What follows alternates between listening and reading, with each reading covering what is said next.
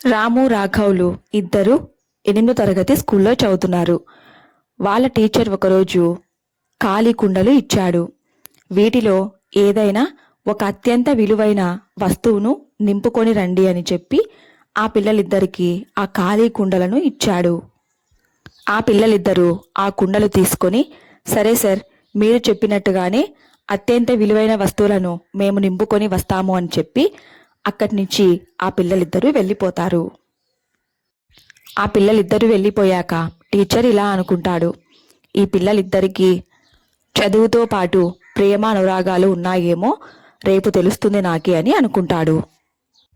మరుసటి రోజు ఆ పిల్లలిద్దరూ ఆ కుండలను తీసుకొని తన గురువు దగ్గరికి వెళ్తారు.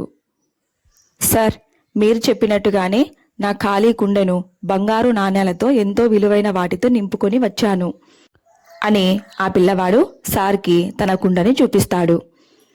మరి బాబు, నువ్వు కుండను ఖాళీగా పట్టుకొని వచ్చావే, నీ దగ్గర విలువైనవేమీ లేవా అని ఇంకొక పిల్లవాడిని ఆ గురువు ప్రశ్నిస్తాడు.